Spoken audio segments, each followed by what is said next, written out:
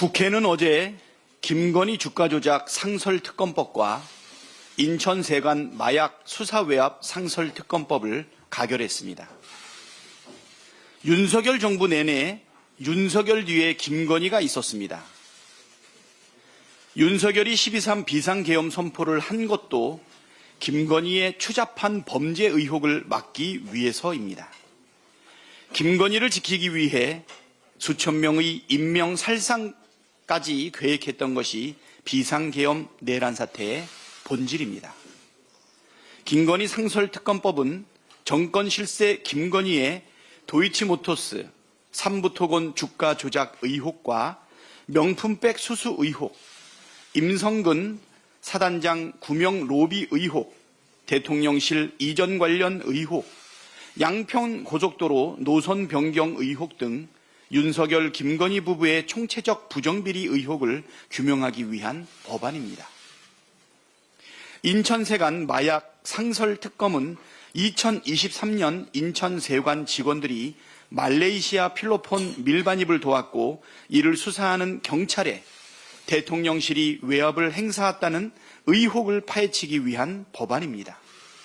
인천세관 사건은 인천지검이 은폐에 가담했다는 의혹도 받고 있습니다. 공교롭게도 당시 인천지검장이 얼마 전 윤석열 구속 취소를 지휘한 심우정 검찰총장이고 심우정 총장은 김건희의 오빠 김진우와 휘문고 동창입니다.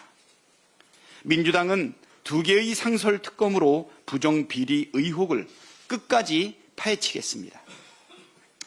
헌법재판소가 다음 주 월요일에 한덕수 총리 탄핵심판 선고를 합니다. 이해할 수가 없습니다.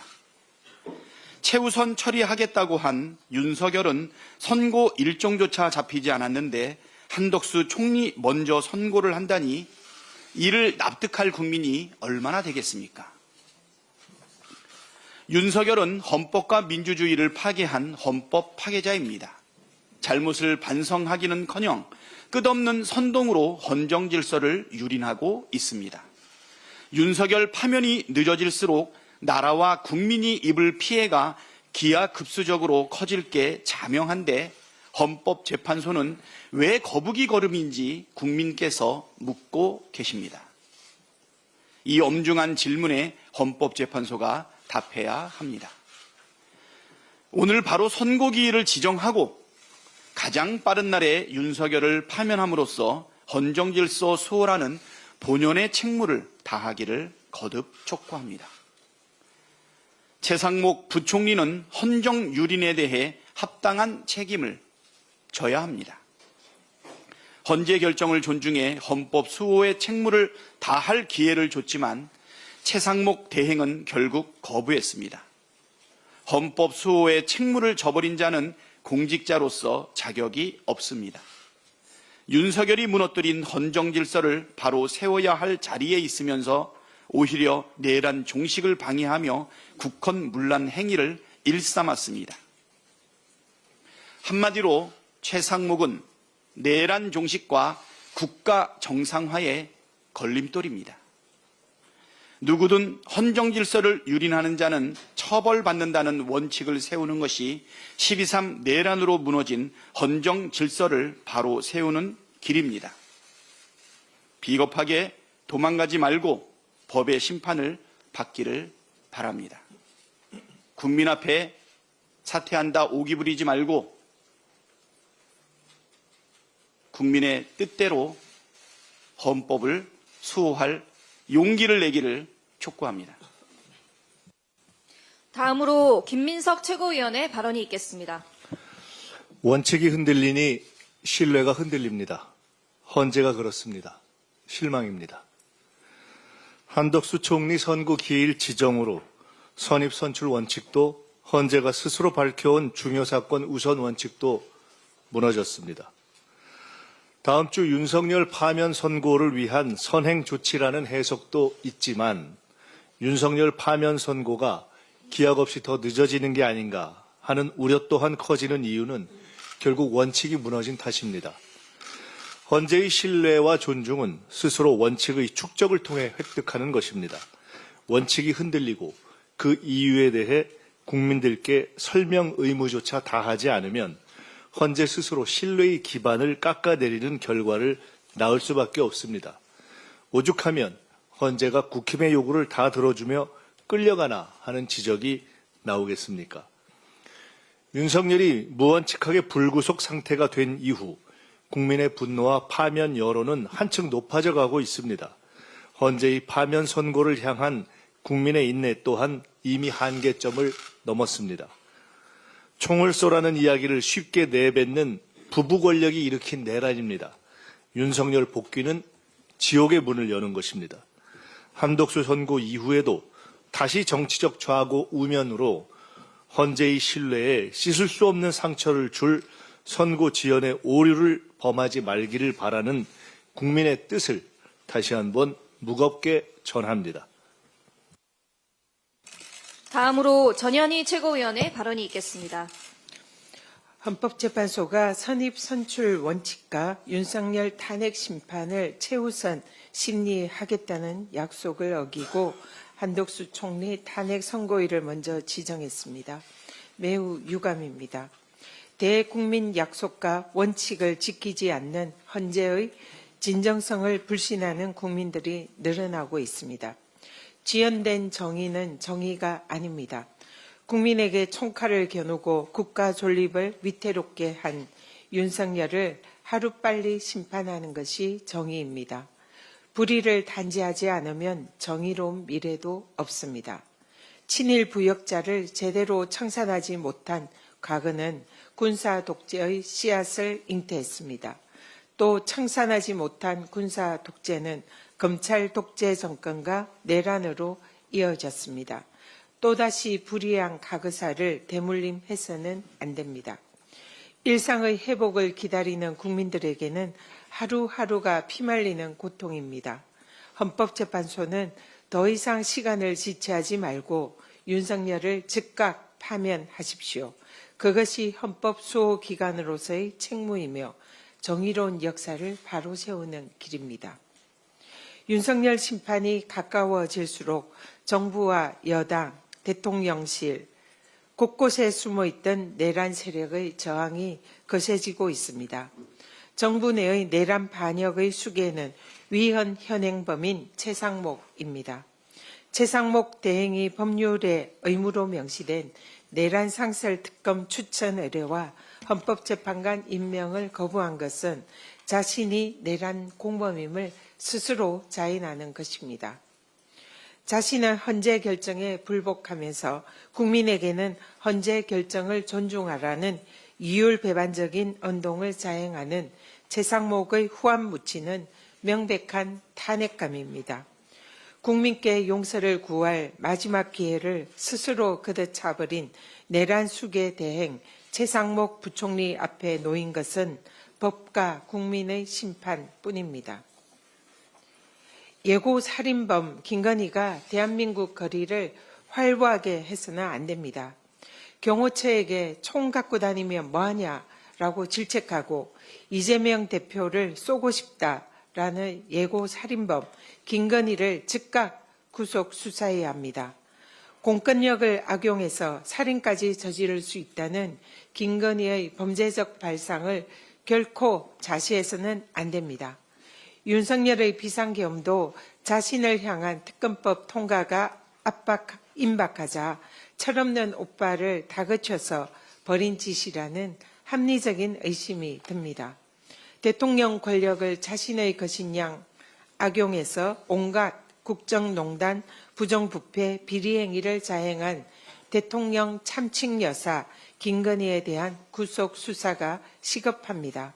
민주당은 어제 통과시킨 김건희 특검을 통해서 국정농단의 범죄 행위와 그 실체를 낱낱이 밝혀서 반드시 법의 심판대에 세우겠습니다. 이상입니다. 다음으로 한준호 최고위원의 발언이 있겠습니다. 어제 국민의힘 국방위원들이 기자회견을 열어서 민주당이 망상을 펼친다라는 주장을 했습니다. 지난해 육군이 영현백, 즉 시체 가방 3,000개를 구매한 충격적 사실이 보도되고 이를 민주당이 지적을 했더니 국민의힘은 주요 야당, 좌파 언론의 망상적 선동이다라고 치부하면서 끊임없이 망상적 구판을 벌이는 저급한 행태다라고 말했습니다. 망상과 구판, 국힘은 이런 단어를 정말 좋아합니다. 익숙해서 그런 것 같습니다. 이 구체적 보도에 대해 반박을 할 때는 최소한의 증거를 가지고 해야 함에도 불구하고 조금만 불리하다 싶으면 억지 떼쓰기밖에 할 줄 모르는 버릇이 여전히 시전되었습니다. 국민의힘 눈에는 세상 모든 것이 망상처럼 보이겠죠.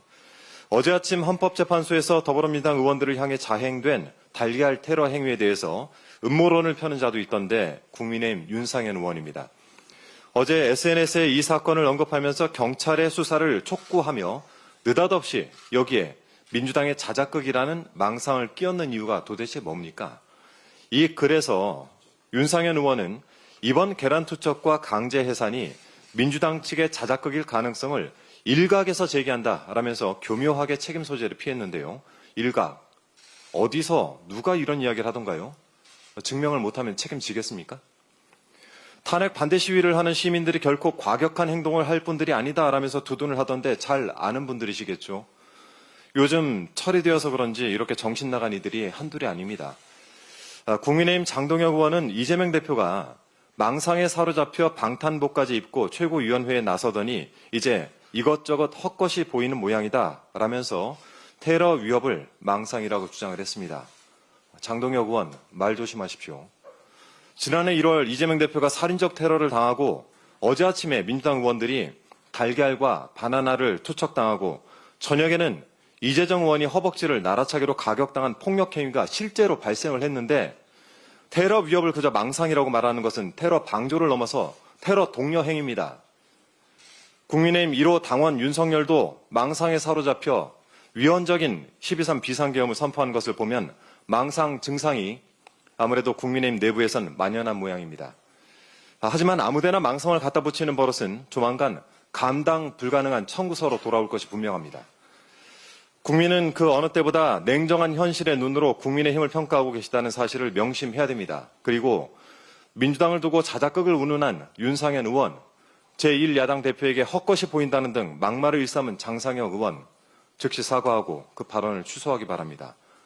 정치를 하면서 최소한의 염치와 예의는 갖춰야 되지 않겠습니까? 사과받는다면 나경원, 안철수 의원 사례처럼 특단의 조치를 강구할 수밖에 없다는 점 분명히 말씀드립니다. 헌법재판소의 숙고가 길어지는 사이 이런 질 떨어지는 망상가들이 등장을 하고 있습니다. 국민 사이에서 빠르게 퍼져나가는 불안감과 불확실성을 확실하게 제거하는 방법은 헌재가 입장과 계획을 명확하게 밝혀주는 것입니다. 헌재만을 바라보면서 윤석열 파면만을 고대하고 있는 국민의 간절한 심정을 외면하지 말아주시기를 간곡하게 오늘도 부탁드리겠습니다. 이상입니다. 다음으로 김병주 최고위원의 발언이 있겠습니다. 너무 늦은 정의는 정의가 아니다.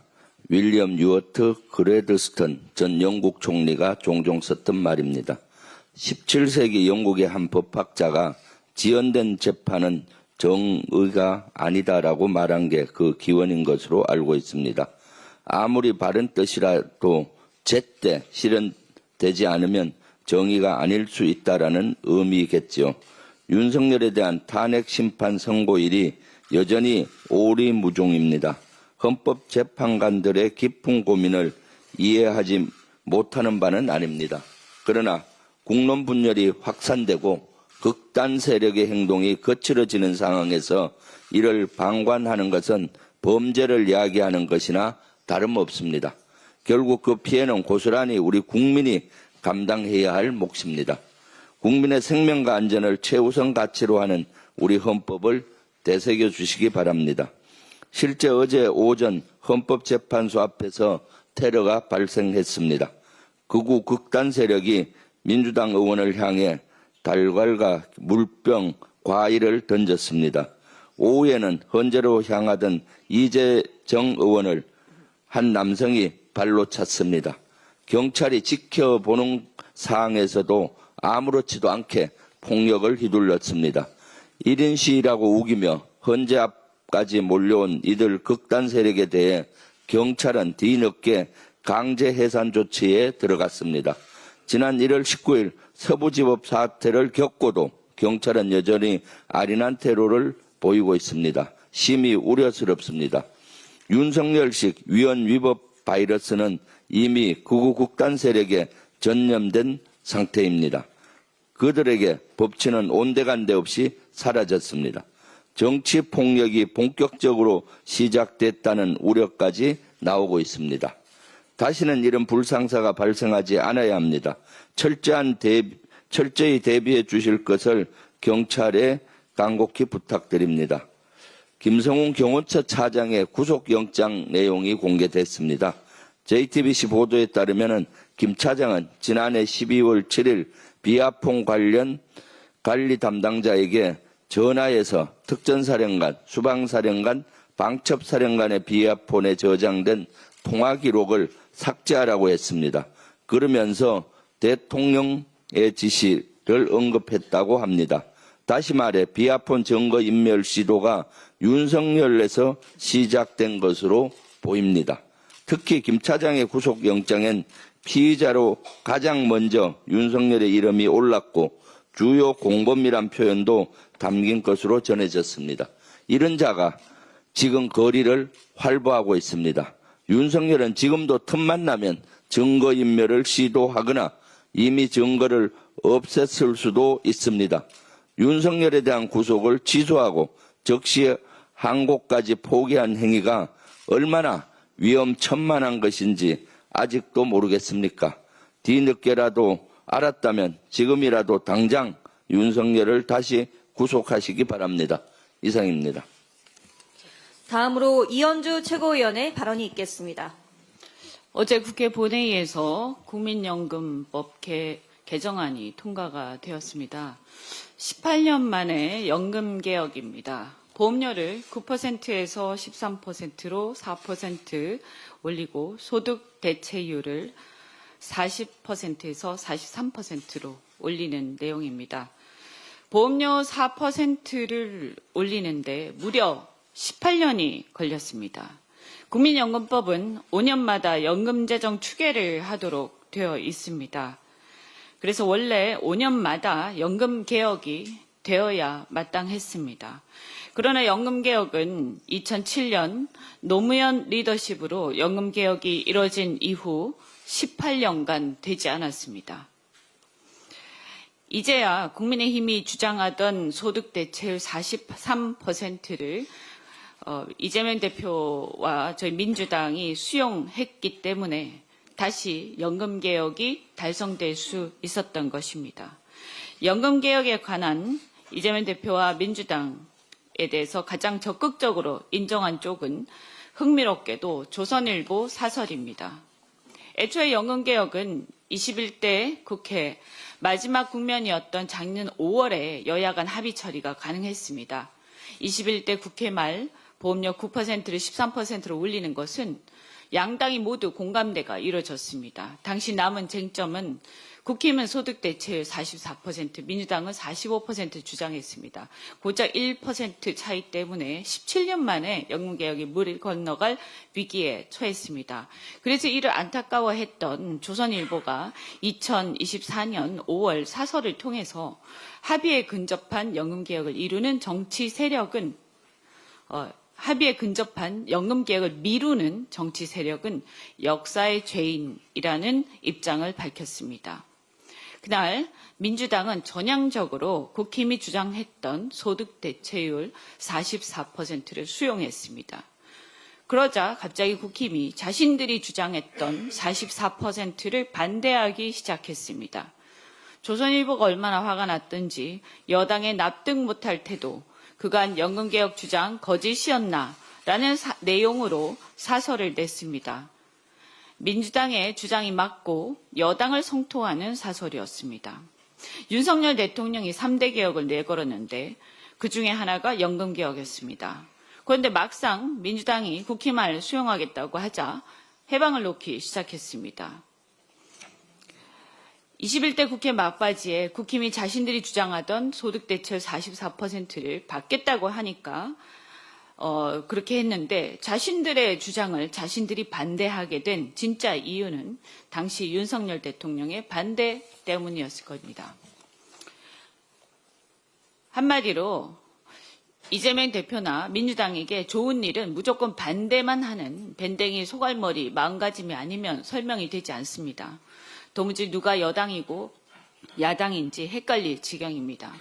이번 영문개혁 합의 처리 역시 윤석열 대통령의 직무정지 상태였기 때문에 가능했던 일이라고 생각합니다. 윤석열 대통령이 직무정지가 아니었다면 또 분명 강력하게 방해를 했을 것입니다. 18년 만에 연금개혁 리더십 때문에 가능했습니다. 다시 말씀드리지만 이재명 대표와 민주당의 결단 때문에 가능했던 것입니다. 무려 7번에 걸쳐서 연금개혁과 이재명의 리더십을 칭찬했던 조선일보 사설이 상징적으로 보여줍니다. 정치는 좋은 결과를 만들어내는 행위 예술입니다. 민주당은 이재명 대표와 함께 앞으로도 국민을 위한 정책이라면 조선일보가 찬성하고 보수가 주장하는 정책이라도 과감하게 수용할 것을 분명하게 약속드립니다.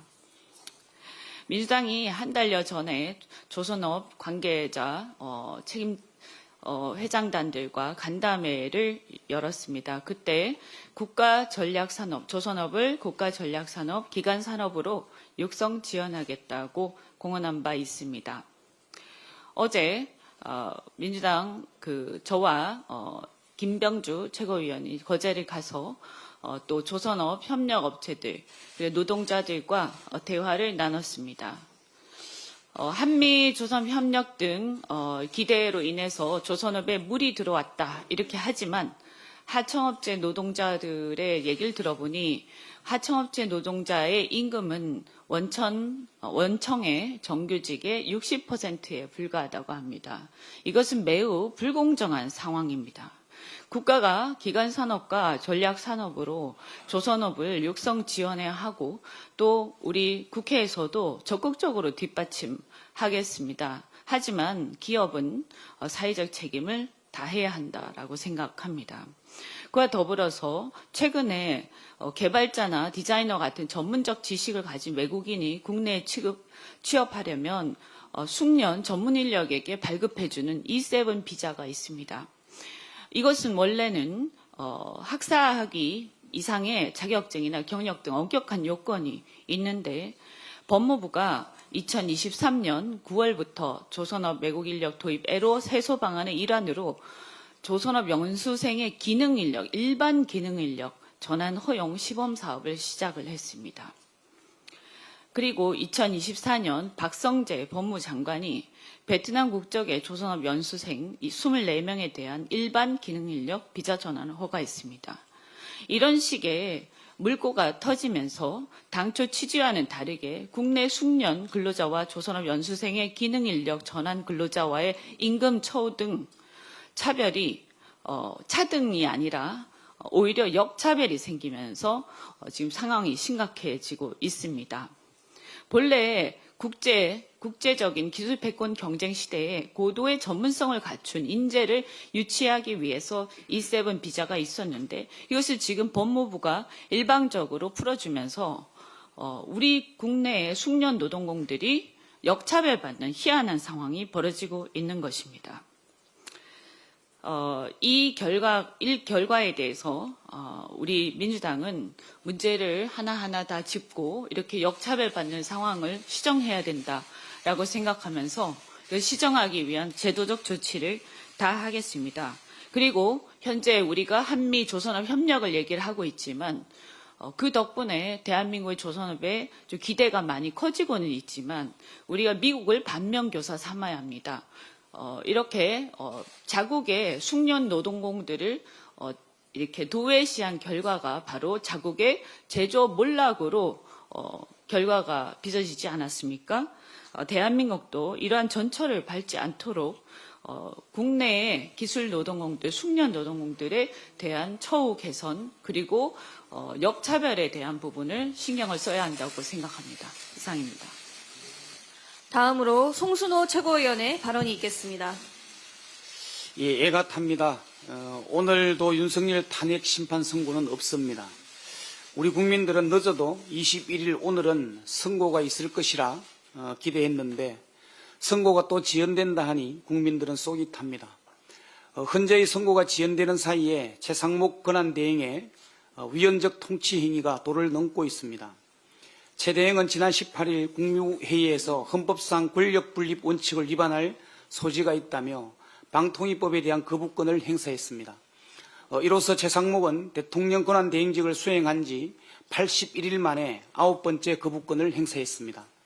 그 빈도는 이미 윤석열을 넘어섰습니다. 내란수계 대행이 아니라 스스로 내란수계가 되려고 작심을 한 것 같습니다. 최 대행이 국회를 통과한 9개 법안의 거부권을 행사한 명분은 위헌적 요소가 있다는 것입니다. 맹태균 특검법에 대해서는 수사 범위가 지나치게 넓어 헌법이 정한 명확성 원칙에 어긋난다는 명분을 들었습니다. 또 방통위법에 대해서는 헌법이 부여한 행정권을 중대하게 침해해 상권 분립의 원칙을 훼손하고 방통위원 임명 간주 규정은 위헌성이 있다며 거부권을 행사했습니다.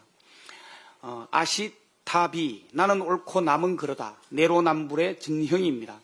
최상목이야말로 9번의 거부권 행사로 국회 입법 기능을 무력화시켰고 헌재의 결정까지 무시하고 헌법의 권위에 정면 도전했습니다. 그야말로 위헌적인 인물입니다. 헌법재판소는 대한민국 최고 헌법 해석기관입니다. 그 결정은 모든 국가기관과 공직자에게 구속력을 가집니다. 헌법과 헌재의 결정은 즉시 효력을 가지며 이에 반하는 행정처분은 무효입니다. 헌법재판소는 지난달 27일 마은혁 헌법재판관 임명 거부는 국회 권한 침해라고 결정했습니다. 그러나 최 대행은 결정이 내려진 지 3주가 지나도록 후보자를 임명하지 않고 있습니다. 이는 단순한 직무유기 차원을 넘어 헌법 체계를 뒤흔드는 중대한 위헌 행위입니다. 최 대행은 지난 18일 국무회의에서 헌법재판소의 어떠한 결정에도 결과를 존중하고 수용해 주실 것을 국민께 간곡히 호소드린다고 말했습니다. 자신은 헌재의 결정을 무시하면서 국민을 향해 존중과 수용을 당부하고 있는 유체이탈의 극치를 보여주고 있습니다. 스스로 탄핵을 자초한 최 대행이 더불어민주당의 자신에 대한 탄핵 소추안이 발의가 현실화되면 정격 사퇴한다는 얘기도 들립니다. 자진 사퇴 어림도 없습니다. 최 대행이 해야 할 조치는 명확합니다. 즉각 마은혁 헌법재판관을 임명하는 일입니다. 최상목 대행에게 경고합니다. 헌법을 위반한 공직자의 말로는 공직의 파면과 법의 심판밖에 없습니다. 지금 한가롭게 떡매나 치고 벗어날 컬러를 찾을 때가 아닙니다. 우리 민주당은 헌법과 법률을 어긴 책임을 반드시 묻겠습니다. 생각과 말과 행동에 특별히 조심하길 바랍니다. 이상입니다. 다음으로 홍성국 최고위원의 발언이 있겠습니다. 강남 핵심 지역의 토지거래 구역을 해제한 지 불과 35일 만에 이를 번복하고 토지거래 허가 구역을 확대하는 서울 부동산 대책이 어제 나왔습니다. 토지거래 구역 허가 해제는 조금씩 안정되던 주택 시장을 흔들어 놨습니다. 강남을 중심으로 아파트 가격이 급등하고 수도권 특히 서울 중심으로 매기가 확산되었습니다. 체계적인 검토도 없이 내린 토지거래 지역 해제 결정과 또 35일 만의 번복은 한치 앞도 내다보지 못하는 무능력 정치인의 전형임을 여실히 보여줍니다. 특히 이 정책이 조기 대선을 노리고 오세훈 시장의 표심 견인을 위해서 한 것이라면 문제는 더욱 심각합니다. 자신의 정치적 야망을 위해 서울 시민들의 주거 안정과 재산을 무모한 도박판에 내던진 것 아닙니까? 정치적 신념에 의해서라고 그러는데요. 그렇다면 이런 결과를 전혀 예상하지 못했다면 이 역시 능력과 자질이 의심됩니다. 세상에 주택정책을 35일 만에 조였다 풀었다 하니 정말 기가 찰 노릇입니다. 장기적이고 구조적인 정책들이 특히 부동산 정책에는 필요합니다. 우리가 유원지에 가면은 두더지 게임이라는 게 있습니다. 이렇게 돈을 넣으면은 두더지가 툭 튀어나오면 망치 이렇게 두드리죠. 지금 윤석열 정부가 거의 3년간 해온 모든 경제 정책은 그런 식이었습니다. 단기적으로 뭐가 나쁘면 유원지에서 망치 두드려 뚝 두드리고 안 나오면 가만히 있고 이렇게 3년 하다 보니까 경제의 거의 전 분야가 동맥경화가 생기고 제대로 움직이지 못하고 이것이 금융권까지 전이돼서 이거 해결하려고 하면 엄청난 시간과 노력, 자금이 필요합니다. 어제 나온 뉴스인데요. 제2금융권에서 토지담보대출 연체율이 1년 새 3배나 늘었고요. 서민들의 저축기간이면서 부동산 대출 비율이 높은 새마을금고는 조합원들에게 매년 아마 5%에서 7% 사이 정도 배당을 줬는데 이 배당을 못 주는 새마을금고가 전국에 산지하고 있습니다. 이런 상황이 되니까 우리 국민들의 스트레스 지수는 최고조에 도달하고 있습니다. 최근 영국 보험사가 전 세계 OECD 37개국 중 스트레스 지수를 조사했더니 한국이 1위였습니다. 그것도 압도적인 1위였습니다. 이번 주택정책 파문에서 보듯이 지금 우리는 무능한 사람들이 극우 사상으로 무장한 채 한국을 파괴하는 이 순간에 함께 있는 것입니다. 그리고 그 피해는 경제적 피해를 넘어 국민들의 정신 건강에도 치명적인 영향을 주고 있습니다. 헌법재판소는 이런 무능, 무지, 무책임의 악순환을 끊고 우리나라를 정상화하기 위해 신속한 탄핵 결정에 나서주기를 거듭 부탁드리고 요구합니다. 경제는 민주당입니다. 마지막으로 이재명 당대표의 발언이 있겠습니다. 네, 노무현 정부 이후 18년 만에 여야 합의로 연금 개혁에 합의했습니다. 모처럼 국회가 그리고 정치권이 국민들로부터 칭찬받을 일을 해냈습니다. 작년 12월 3일 새벽에 신속하게 목숨을 걸고 불법적 군사 계엄을 해제시킨 것에는 미치지 못하겠지만 그래도 양보의 타협을 통해서 큰 개혁 하나를 이끌어낸 것 같습니다. 이 과정에서 참 우여곡절이 많았습니다. 이현주 최고위원이 말씀하신 것처럼 민주당이 양보를 하면 또 새로운 요구를 하고 민주당이 양보를 하면 또 새로운 요구를 하고 끊임없이 연금 개혁을 좌초시키려고 하는 국민의힘의 그런 기도가 있었지만 끝내 타협과 조정에 이르렀습니다. 아쉬운 것은 우리 군 복무 청년들에 대해서 크레딧을 전 복무 기간으로 늘리는 게 우리의 목표였는데 국민의힘이 또다시 이걸 발목을 잡아서 불가피하게 1년으로밖에 인정을 못 해주게 된 점이 참 아쉽고 또 청년들에게 미안하게 생각이 됩니다.